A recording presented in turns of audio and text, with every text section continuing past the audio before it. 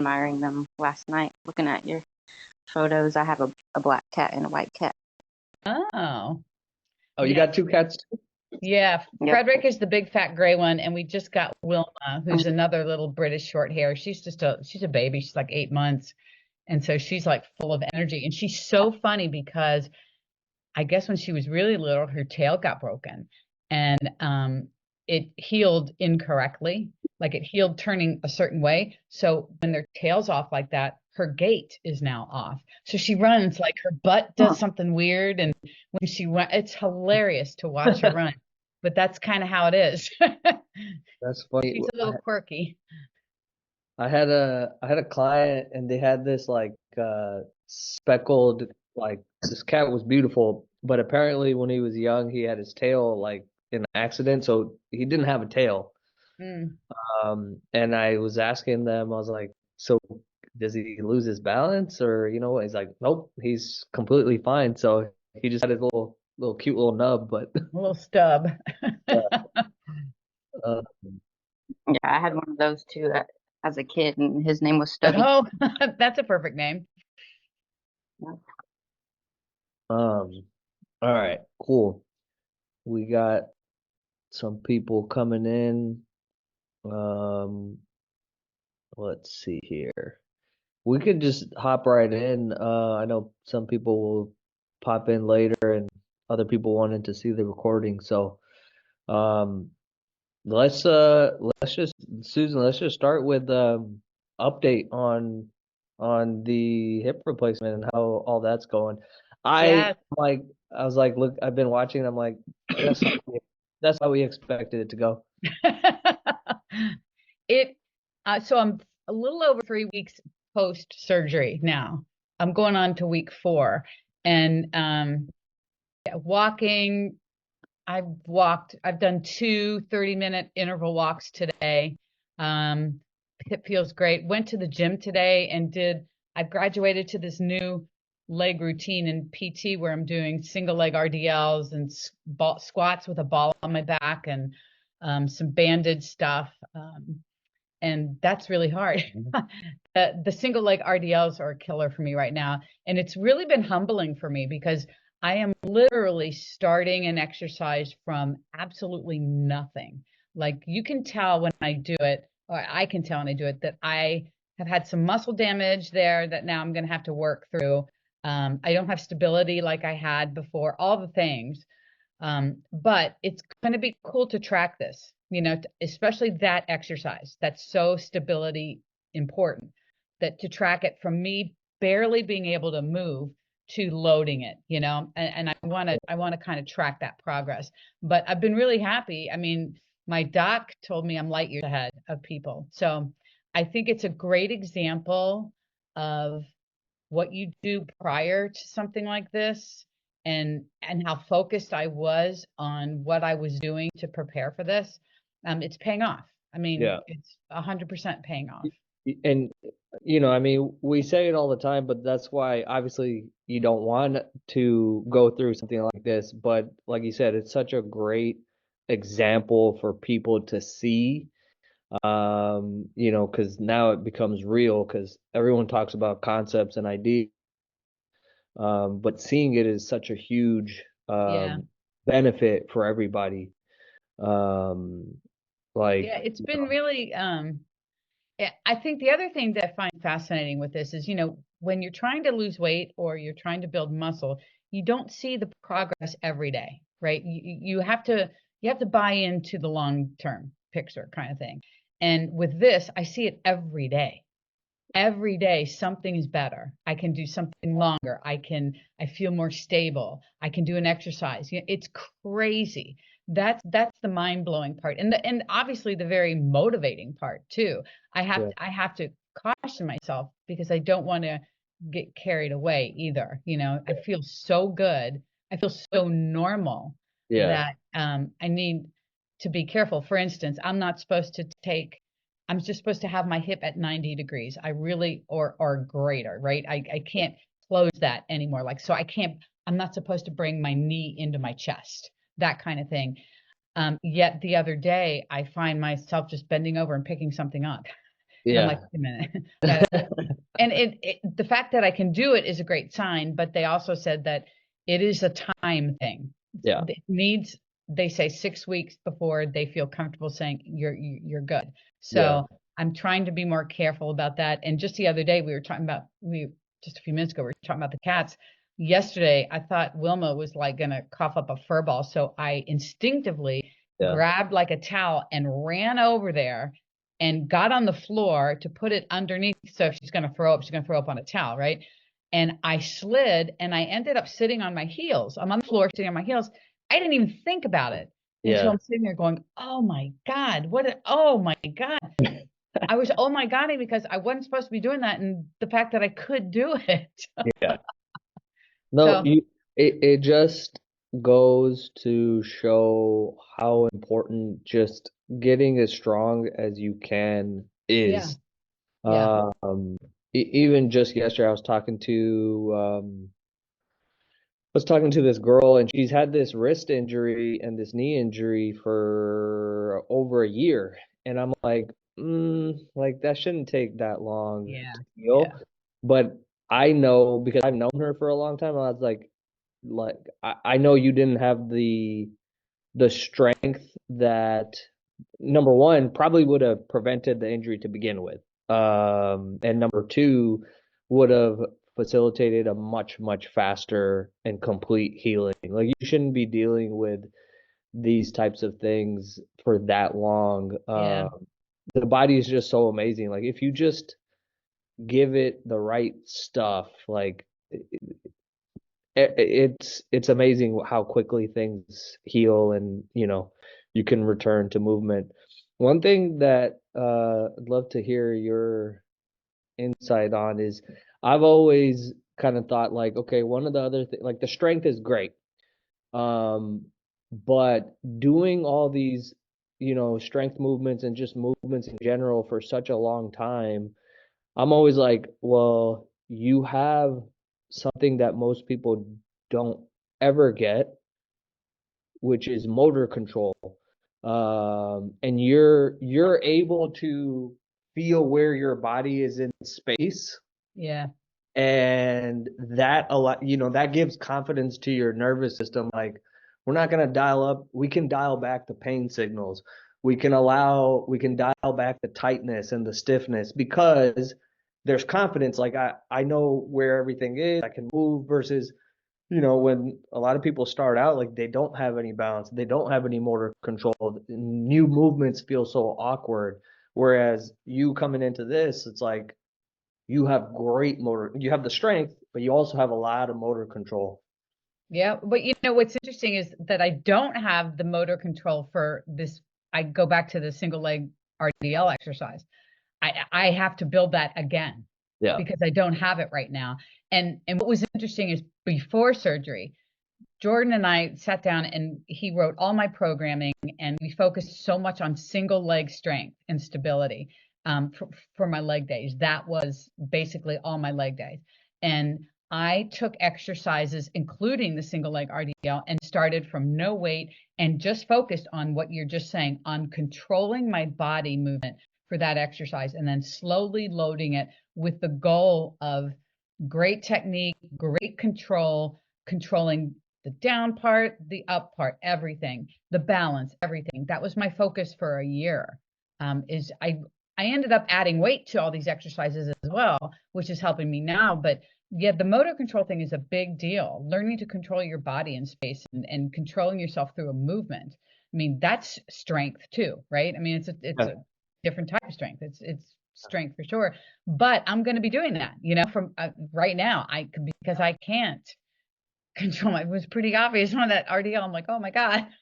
Yeah. It's really interesting.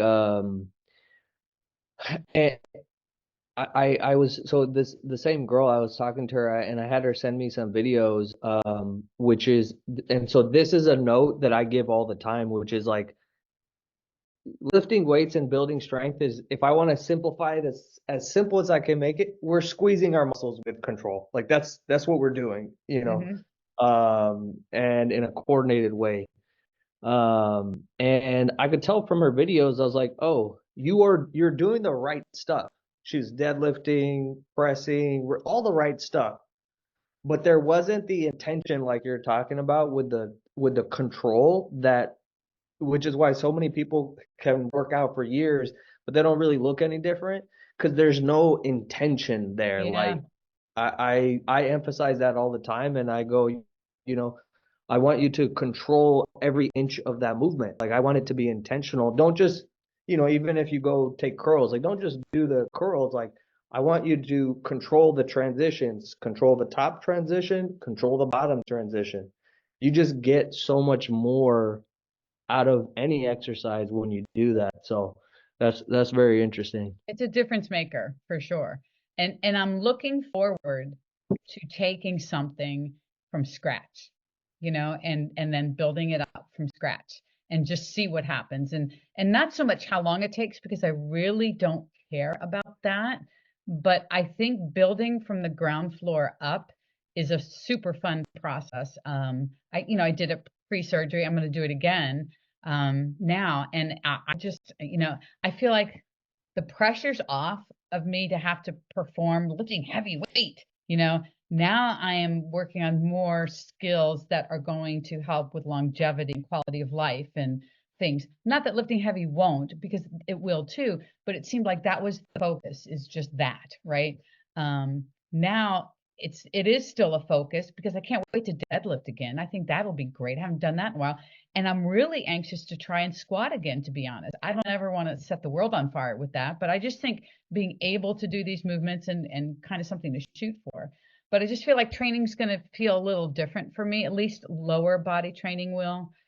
Upper body, it was interesting. I just got off another call with Jordan, actually, and I was telling him I was at the gym today, and I don't lift at the gym upper body with dumbbells, which is my thing, because the benches are just too low there for me to sit right now. And I don't feel comfortable having to hold heavy weight and sit down on this low bench. Not yet. I just don't have it. So I'm leaving the dumbbell work to here at home. And when I'm at the gym, now it's going to be upper body machines and cables for right now. And I did some upper body machine chest press.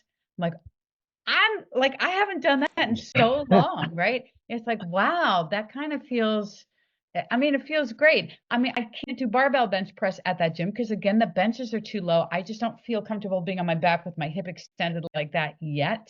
Yeah. It's not a great position for me yet. But sitting in this chair in the machine feels fine, right? So I was able to do some machine chest press. That felt great. Some machine rows felt phenomenal. I did some dumbbell overhead press and some lat raises at home afterwards. Did my legs. I was at the gym and I felt like a normal person at the gym again, which was, that was actually huge. Just the whole mindset shift. We'll get into if anybody has any questions or topics that they want to discuss, but the one thing that, because we talk to so many people who have injuries that have been just nagging them for years. And one of the things that happens frequently is that what I want to highlight is your attitude and perception towards this thing, which is obviously very positive, very optimistic, very confident, and thus you literally continued your training, what you could do for leading up all the way to the surgery. And something that a lot of people go, and I can't emphasize how important that is, because a lot of people, they get that injury and then they get discouraged, then they feel bad, and then they thinking, oh my God, I'm never going to be able to do this, and then they stop working out, and so which only prolongs and keeps that problem going. It makes it worse. Yeah. And I had a movement doc tell me, I call him my movement doc here locally. I had him tell me one time that no matter what your injury is, you should never, ever stop training. There's always a way to work around something. You don't push through something. You don't push through pain, but you can easily work around it. There's always a way to do something. And he said the problem is when you stop, you think you're resting an injury. Well, the problem with that is if you have a shoulder injury and you're not doing anything to move your shoulder joint, you're now going to have not only the injury, but you're going to have a stiff joint, a joint that now is not as mobile as it was or whatever. You've kind of compounded the problem. Yep. It's always good to keep moving. And I know when my hip first started years ago, didn't know what I was dealing with at the time, but it hurt so bad. The only thing I could do on leg day, the only thing was pedal a stationary bike. And I started doing band pull parts on a stationary bike. That was my leg day. It looked Yep. nothing like the leg day said I was doing at the time, but I stopped worrying about all the things I couldn't do temporarily. I stopped focusing on that and focused on, okay, so let's see, what can I do? And Yep. a lot of times that requires you to go to the gym and find out, what can I do? Your Yeah. body will tell you what you can do. Your body will tell you right away if it's a no. Yeah. Sharp pain, it's a no. You Yeah. just don't do that exercise, And oftentimes, if you switch the variation of an exercise, that will give you access. Oftentimes, if you switch how you hold dumbbells, that will give you access. Yeah. If you're doing an overhead press with your palms facing out like this, that's not a shoulder friendly way to do it. Yep. This is way more shoulder, or even split the difference, right? That's why dumbbells are great, because you can decide this feels better for me than this, so you still have access to shoulder press, but you're just holding the dumbbells like this. That's Yep. cool, Yeah, it's so important. I remember talking with Charlie Weingroff. He's the strength and conditioning coach for Canada basketball, and he was just emphasizing how, like, yeah, the benefits, like, even like hormonally, to the system as a whole, from continuing to train. Like, maybe you can't do anything with your right arm, but doing whatever else stuff is so important hormonally for healing, that, like, if you stop, then exactly what you said, you're gonna compound the problem. Yeah. So that's all really, really cool to see that in, real time. Yeah. Um, anybody with some questions? If you can't get on camera, you can always drop it in the chat as well. Um, and the other thing that you said that I think is very important is you know, not insisting on what it's supposed to look like, what your training is supposed to look like. Yeah. Go to the gym and find out. That's amazing. Like, you don't we don't think of it like, okay, this is very difficult, but maybe if you can't load it at all, but you can do pain-free reps, 100 reps, 200 reps, guess what? That's actually way more beneficial than not doing anything at all. Yeah. When I was at the gym today and I was doing all the machines, I was going to do a bench press machine, a row machine, and an overhead press machine. And I got to the overhead press, and the one that I got on at the gym had my shoulders in a weird, awkward spot. And and I'm like, no, this feels terrible on my shoulder, because I never lift like contorted like this ever. So I decided, okay, I'm just not going to do that here at the gym. I'll do that when I get home, where I can just do dumbbells. And my dumbbells are right here. I don't have to walk over here, get the dumbbells, and carry them all the way back over here on a low bench. I have everything. I actually have a bench here that's too high for much of anything, except right now it's perfect for all of this for me. And so I just did it at home. I mean, it's a great example that I didn't access a machine shoulder press because it was too awkward for me, but I certainly accessed it using dumbbells. So there's usually a way for a lot of things that you can access. And another great example, and I'm speaking of shoulders because I've been through that as well, but doing lateral raises, if you have a kind of an impingement kind of thing in your shoulder, they're not going to feel really well, because it's putting a lot of pressure, especially if your arm is longer. It's more straight than bent. But if you just bend your arms a little bit, you can lateral raise. You're probably gonna be able to access that. You just take the lever arm and make it shorter. And you can access it that way. It's just experimentation, and getting creative. And that's how I've always done it. Whenever I've had an injury, just go to the gym, let me look what's on my program. Let me see of the things that are on here, is there anything I can actually do? So I try, yeah, I can do this one, can't do that, can't do that. Okay, so what could I do instead? Let me see if I hold the dumbbells different. Let me see if I do this. Maybe I try a machine. Maybe I do cable. Cable tends to feel a little bit better for me. So, it's just a matter of subbing in and just focusing on, okay, these are the things I can do. So while I am healing from this injury, let me focus on getting stronger with these things, because now your head's in the game, right? You're now not worried about losing progress. You're feeling productive now because you're actually able to work and work hard. And while it's not your original program, that's cool. It doesn't matter. You're being productive. You're getting your head in the game again, and you feel really good about it. Yep. Yeah, it's having the maintaining a useful perspective and outlook is just so important. Yeah. The other thing is, just because I'm injured in a particular area, I can train, do other things, which is great. But also your nutrition, like you don't have to just all of a sudden throw the nutrition in, in the trash just because you feel bad. Like anytime I've had injuries, I remember it's always been like I had the opportunity to focus on stuff that I didn't focus on, like, you know, maybe it's a different body part that I hadn't spent Yeah. much time on. So now you have something of interest. You're breaking up. Yeah, you're breaking up a little Shit, bit. I always been very can you can you There you go. Better. You're back. Yeah. all right, but it allowed me to put my focus on something else of interest, like nutrition, and Yeah. not just put on a bunch of body fat. I've gotten a lot of questions about how I've been handling my nutrition since surgery. And I mean, I really haven't thought about it. I haven't changed how I eat at all. I haven't changed it at all, how I eat, because I'm just kind of on autopilot with that.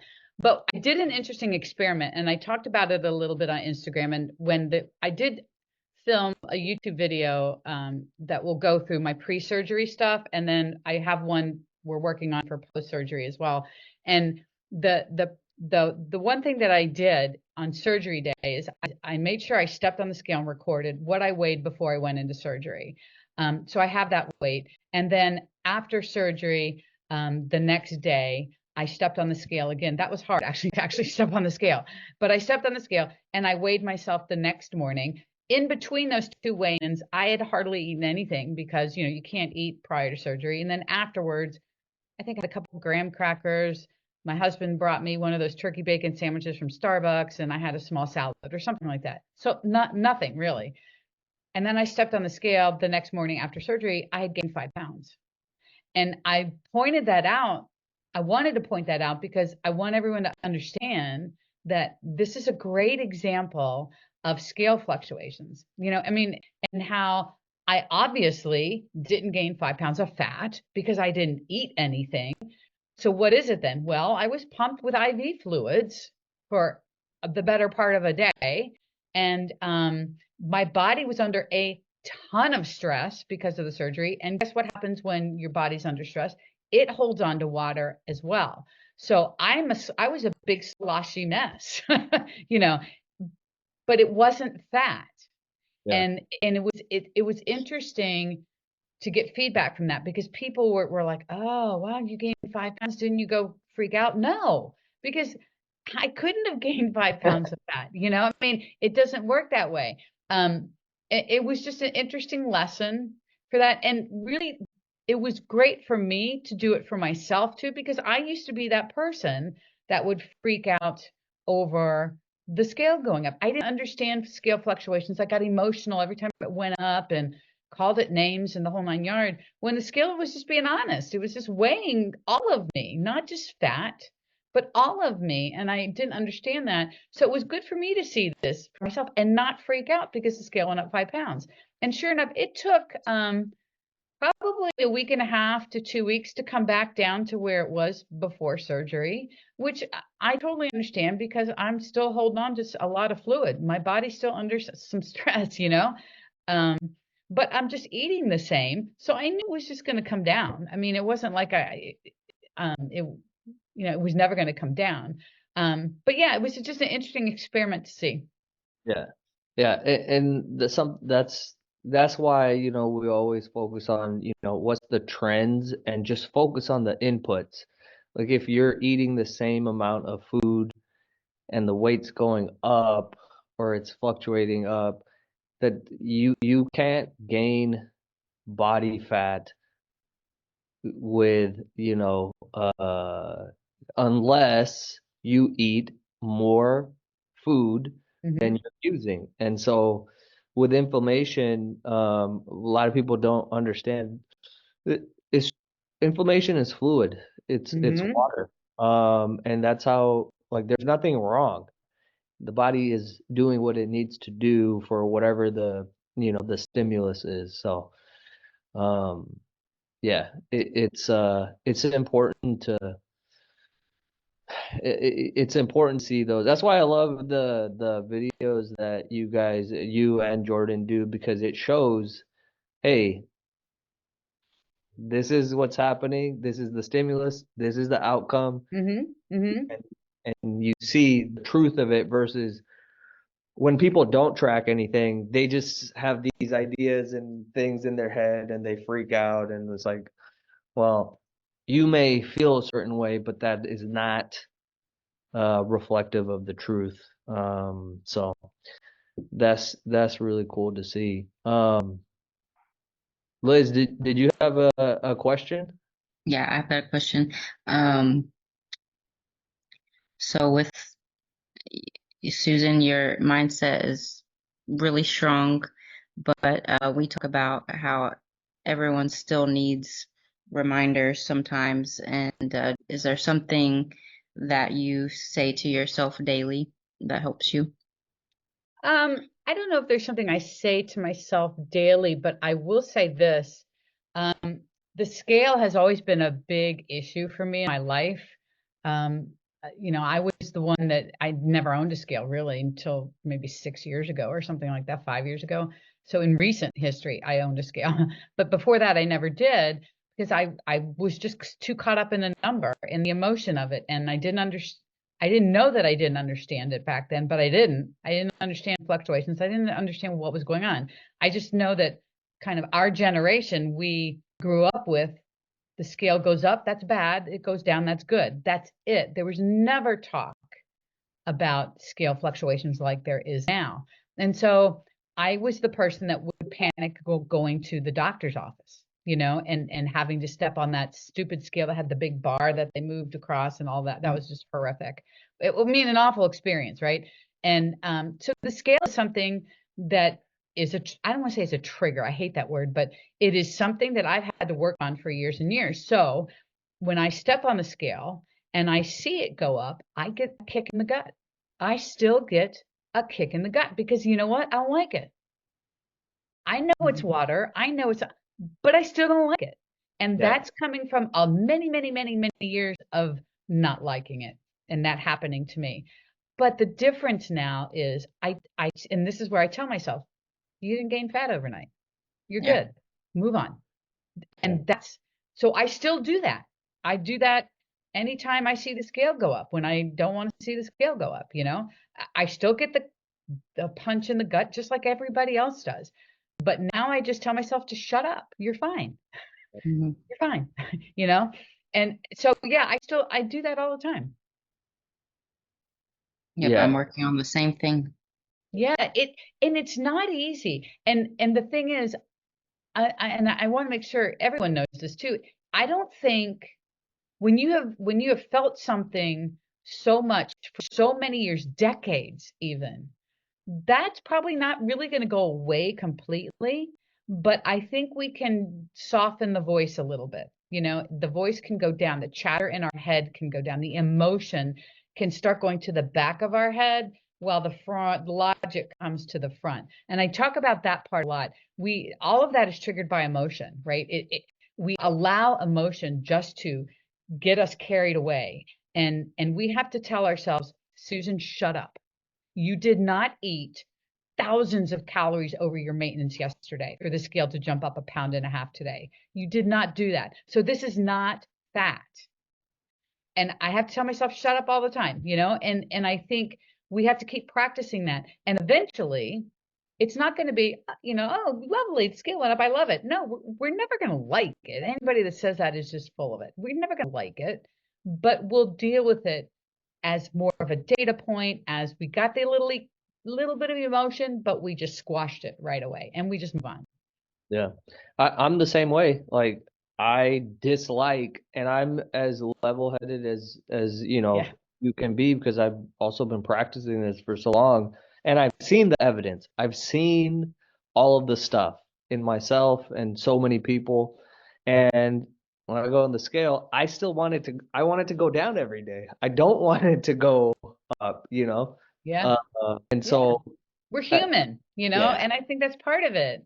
I, I just feel like instead of trying to make it all go away, let's learn how to deal with it in a productive way. And I just put a post up the other day talking about how the scale measures all of us. In our brain, the emotion is telling us the scale's just measuring fat. So every time we step on the scale and it goes up, we assume it's fat. That's what emotion is trying to tell us. And that's not what's happening. People call the scale fickle. The scale's not fickle. Yeah. It's just weighing People. us on a given day. It's being actually quite honest. Yeah. But emotion is being fickle. It's the emotion that we're allowing to take over. When we have logic voices in our head, we all have logic voices. And for some of us, they sit in the back.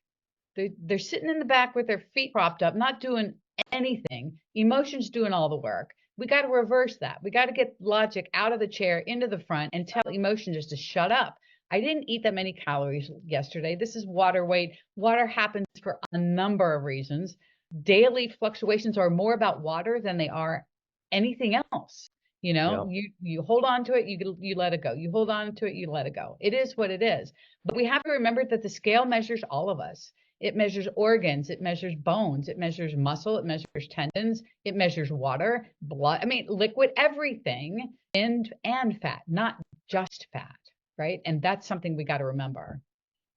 Yeah, that would be a great invention if somehow we could just measure fat, but obviously that is not possible at the moment. But at the end of the day, it doesn't matter, like you said. You just have to continue to put the focus on the inputs, because if you put the inputs where they should be for a long enough time period, you will get the desired outcome. But we're just Absolutely. fixated on that outcome. I think we spend too much time focusing on things we can't control, like the outcome. We can't control that. We really can't. We can't control, I'm going to lose 1 pound a week. We can't control, we can't be super precise. We can get close to that, but we focus on things that are out of our control. Body fat measurements. Anytime you get tested for body fat, understand that whatever test you're getting is not going to be completely accurate, right? And some are going to be way off. Some are going to be better than others. But unless you're dead and you have an autopsy, you're not going to get a lot of, and we don't want that. So chasing body fat numbers is probably the bigger waste of time. Chasing a number on a scale can be helpful if you are not so obsessed with just hitting a number that you'll do anything to get there. That's a different conversation. But tracking your scale weight and tracking and controlling what you can consume, because that is what you can control, is decisions you make. You control that. What you consume, you control that. Focus on being better with those things, and the rest just falls into place. I'm glad you brought up the thing about body fat percentage. I've talked about this in different areas, but I just tweeted the other day something about I've literally never looked at body fat percentage. People ask you, "Oh, dude, what do you think your body fat percentage is?" I'm like, I have no idea. I don't care. It's never in like the number that number has never informed any behavior. All I have ever done is track my calories Yeah. and lift weights. Yeah. And that produced all of the results that I've ever achieved. But people are just so fixated, like, and a lot of times it's so interesting. People will be making progress. They're a completely different person, and they see the number that they want to see on the body fat percentage is not the number that shows up on whatever, body fat measuring thing they're doing. And so when they should be pumped and excited and because they're getting what they want, their mood changes and now they become, you know, uh frustrated because it Yep. doesn't say what they think, which is a silly thing because like, do I care about the number on this piece of paper or do I care about how I feel, what I see in the mirror? Like which one is it? Like and it's same thing goes with like people trying to measure how much muscle mass they have and like it was just so obsessed with all these other things that are irrelevant. And a lot of the fitness world doesn't help because they talk about all these things to create content, but it's not useful and it's just it adds to the confusion. So I'm like, the less things you think about and worry about, the better. Like Oh yeah. you don't need you don't need probably more than like 2 or 3 things to focus on to achieve some pretty, you know, gnarly results. And then it's just maintaining and uh uh uh an even temperament around everything. So Yeah, I mean, body fat is something I have no idea what my body fat percentage is either. I could care less. I've never had it tested. I've never wanted to have it tested. It's just a number to chase. You will be spinning your wheels. You will be chasing this thing that is kind of nebulous. There's no concrete, definitive way to measure it. So you're basically chasing a moving target, and it's going to be nothing but frustration. And honestly, I mean, I would rather have someone track their weight. I think yeah. that's going to be an accurate way of tracking your fat as well. I mean, they're going to go hand in hand. But yeah, body fat percentage numbers have never been a thing for me ever. Recently, and this conversation has come up over the years with different people, but somebody was talking about they're just obsessed with having the in-bodies show a certain number Yeah. of muscle mass. And I was like, dude, and he's like, what was your muscle mass? I was like, I don't know. And it doesn't fucking matter because the only reason you even care about how much muscle mass you have, well, like logically, what is the point of that? Because you think if you have more muscle, you'll be stronger and you'll look better. That's the logical reason to even think about that. But same with fat, you'll never know. You can't measure it unless you were dead and we cut off the muscle and we weighed it. But it's obviously silly. But I'm like, I'm strong. Like I'm as strong as I always want to get stronger, but I'm stronger than the vast majority of people and I weigh 150 pounds. Do I care about the muscle mass? Like, no, I don't. Most people have more muscle mass than I do. But I have to ask myself what is important. Because I used to be obsessed with that too. I was like, oh, I need to weigh 180 pounds and then I'll be like what? And it's just a silly thing because it's like, would you like what you see in the mirror? Is Yeah. this your preference? Then cool, you did the job. Like now Yeah. enjoy it. Enjoy what you did, 100%. So it's a good question. Um, yeah, reminders are good. But that's also, these conversations are reminders and I always think it's like we think the way that we do, they're not our thoughts. They're just what we grew up with and see all around us. So what if you put yourself in a community or an environment where people think differently, then that's going to become your thought. That's going to become your default. And yeah, you're gonna still have these other thoughts that come in, but being around the right people is so valuable. Oh, game changer. Yep. Absolute game changer. Let's see here. I think somebody just sent me a question. Well, I guess on that note, you guys mentioned that being with the right people is a game changer. What about like your, I don't know, significant other that's probably not on the same journey or something? Like what do you get? Like any tips or I don't know. Interesting because my husband's not on this journey at all. My son is. He's gotten on the bandwagon for sure. But my husband is not. And, we used to butt heads over it years ago. And because I knew that he could do some things to improve his health and whatever, and I knew he would feel better, but I didn't realize I couldn't force it.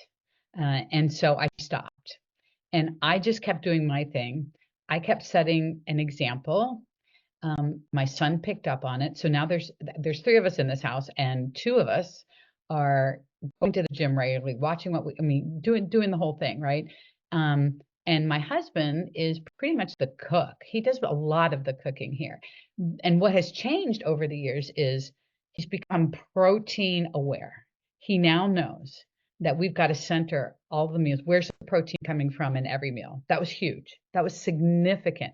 He's also now realized that he needs to cook a whole lot more vegetables because my son and I will just plow through vegetables, right? So now our dinners, we kind of do our own thing for breakfast and lunch, but for dinner, we now have assuredly a lot of protein and vegetables and whatever else.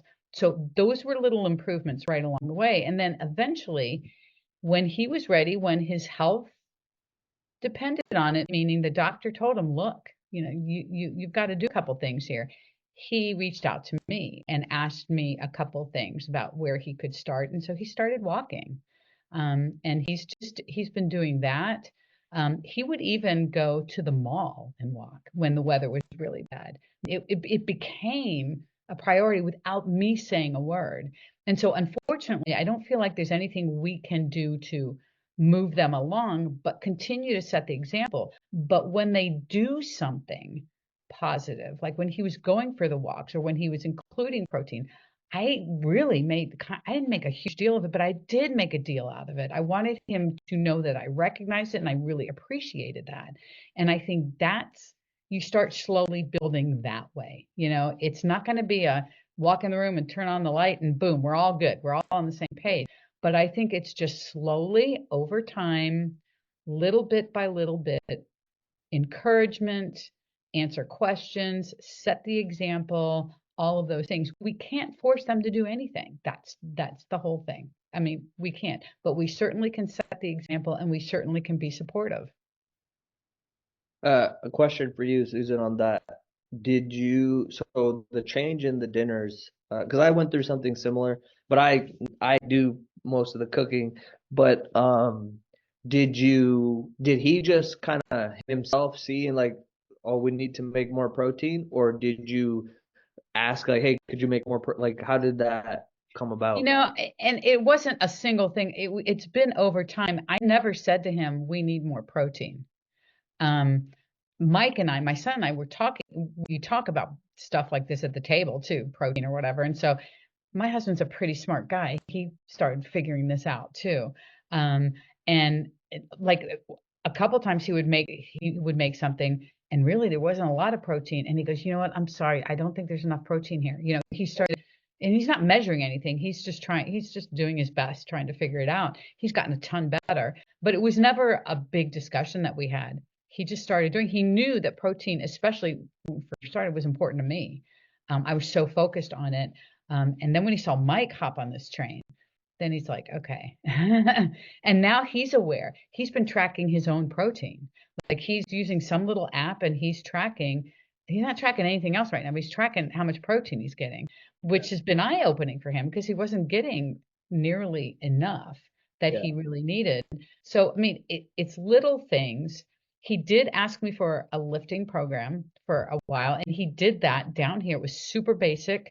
He did it down here in the basement, but he ended up, what did he have? He had to go on some medication that caused a muscle issue, and everything became painful. So we had to get that all ironed out. So we got away from lifting for a while, and he's back to walking. So we're building up to it again, little bit by little bit by little bit. And yeah, Tony, just to add my thoughts on that, like my personal experience, when I was much younger, I was like, I was never like, it was very frustrating. I never like, oh, you need to do X, Y, Z. But it was difficult early on, but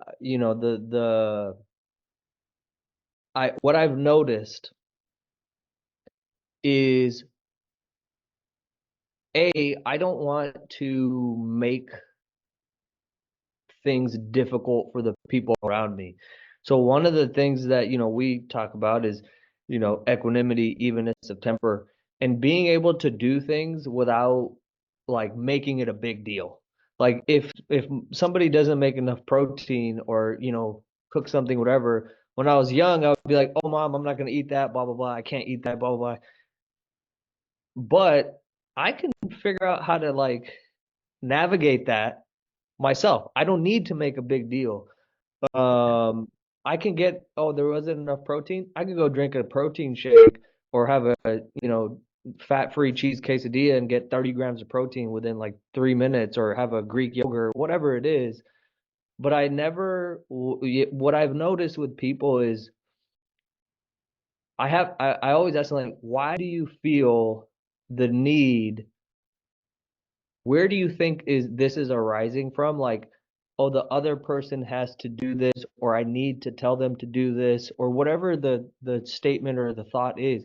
Like asking yourself, like, where is that coming from? For a lot of people, it's more something reflective that they need to look at, observe within themselves, that you need other people to be on the same page as you. Because in reality, yeah, it can be difficult to navigate it when you don't have the skills. But in reality, what anybody else eats or how they do it has zero effect on my ability to, check my boxes. And as far as like, of course, I want my wife to work out, or I want my parents to work out. But like Susan said, I stopped telling people very long time ago that they should lift weights. I stopped getting disturbed emotionally. I noticed that I would get emotionally disturbed and I would end up in an argument, and I stopped doing that. And I just am positive and encouraging. This question actually, Tony, this comes up every so often. It's like, oh, how do you get your spouse or your girlfriend or blah, blah, blah, or your parent? I was like, you don't. That's not your responsibility. You can't force anybody. That has never worked in the history of the world. So the best thing to do is continue to refine your skills, because at the end of the day, this is for you. Other people will benefit from you being healthier and leaner and stronger, but it's for your own personal enjoyment and quality. And then just be positive and encouraging. So like when my wife goes, I really need to work out, I'm like, I'll work out with you. Like, oh, didn't you already do a workout? Yeah, but I could do some other, like I don't have a problem doing her Pilates workout, because that's more movement for me. And I'm encouraging her. Like, I don't need to make her do, oh, we got to go squat and lift weights. Like, I don't need to do that. And so then it just changes the whole conversation, and it changes your own state of being. And it gives me more movement. And so I'm exposed to different, like Pilates is hard. And like we get so fixated on exercise needs to look like this. Yeah, it's good to deadlift heavy and blah, blah, blah.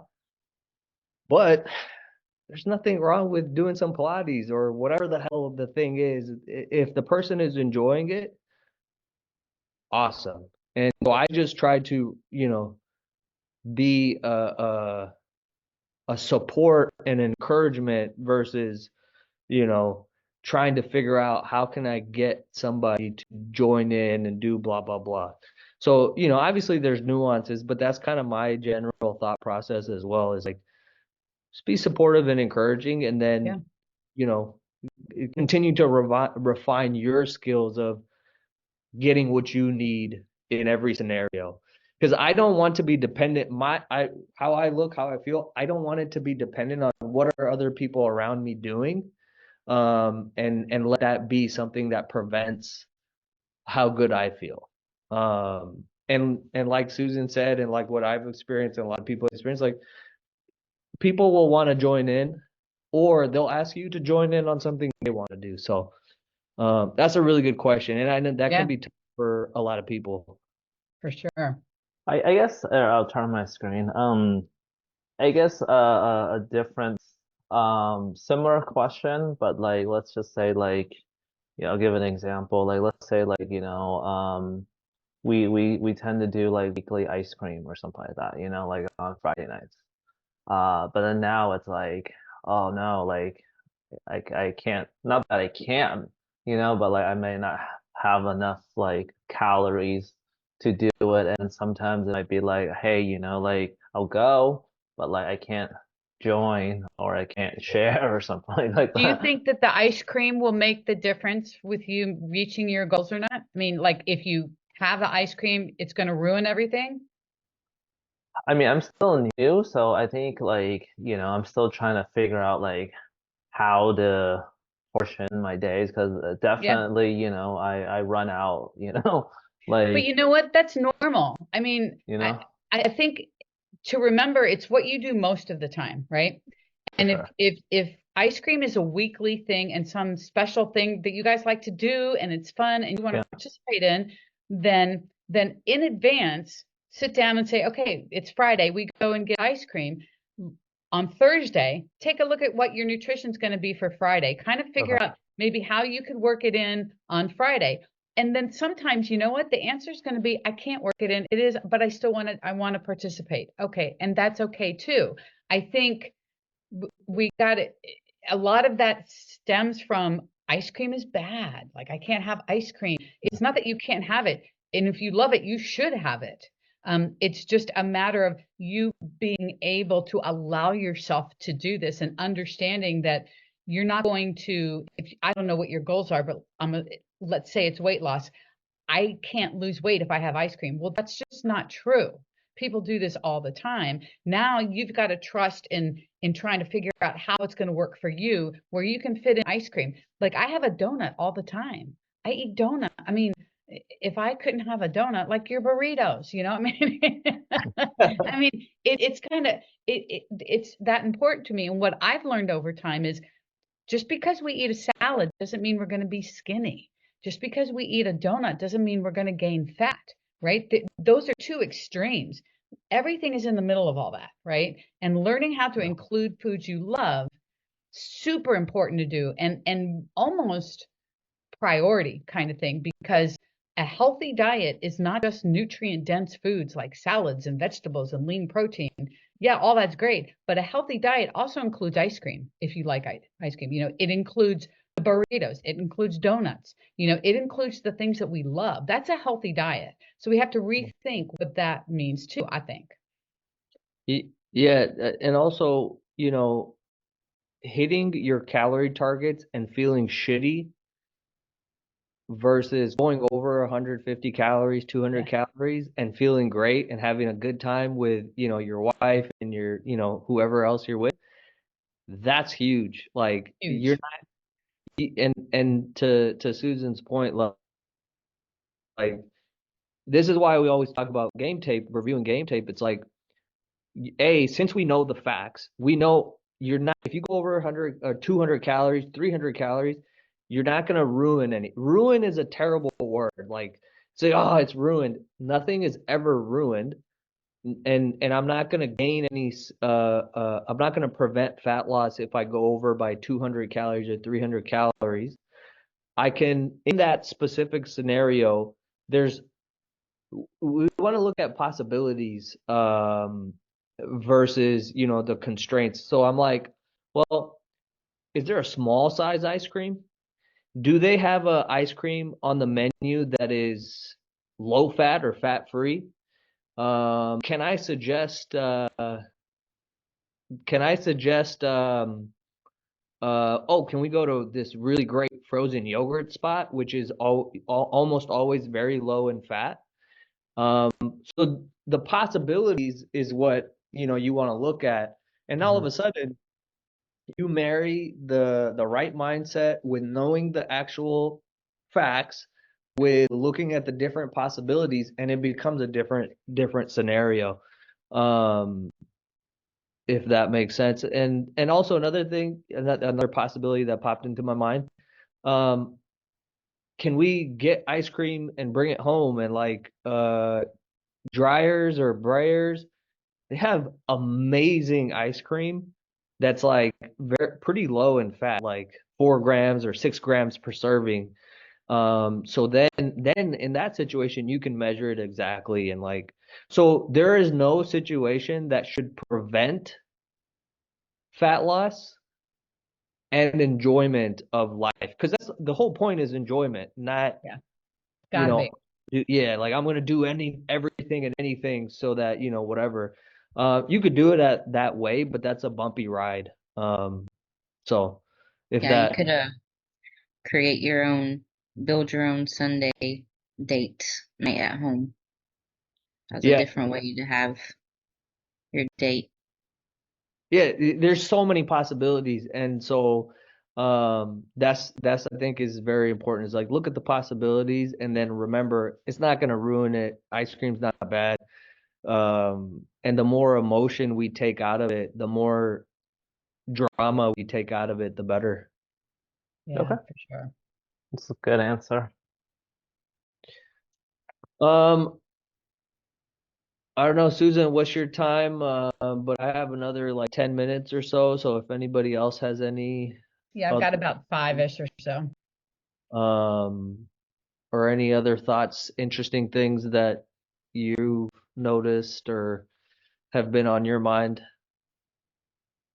I'm noticing that we're like one person away from Jordan Syatt, and we need to get him on here next because I'm a huge fangirl. I've been following all 3 of you for years, and it's insane that I'm on a call with you. Literally, I was right before this call. I was on a call. We had some inner circle stuff we had to go over. So I was literally on a call with him right before I came on here. Don't Him and I worry, both have a daughter due in August. Yeah, they're having Yeah, another wow. second daughter. don't worry, we'll get Jordan on here too. Okay. Yeah. Or Susan, are you have any plans to go visit Dallas anytime? I go every other month. So I'm Okay. there all the time. So one of the I'm things going that, April. I'm going the middle of April. okay, I'm planning on doing something in Dallas, so we'll definitely let you guys know. So if you guys can make it, that would be great. That'd be amazing. That would be Um, amazing. Liz, yeah, I don't know if you know this or if you were following this back then, but Susan and Jordan came to my wedding. Yeah. Wow. Yeah. That was the most fun. That was a great weekend. There That was was- more stuff happening that weekend than I've ever seen in my life. Yeah, it was It was pretty like a nonstop party all Oh weekend. yeah, your culture goes all out with the weddings, huh? I've heard. Yeah, they do. To They say do. the least. Yeah. All right. Well, Susan, thank you so much. Super appreciate your time and Of hanging course, out with us. anytime. Next week, Jared's coming on. Jared, Oh wow, that'll be fun. He's my good Yeah, boy that's too. I crazy love too. him. I love Yeah. him. But all right. Well, thank you. Thank you guys.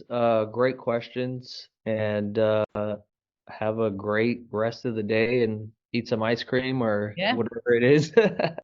Great to see you guys. Thanks for hopping on. Thank you. Appreciate it. See you Sure later, thing. guys.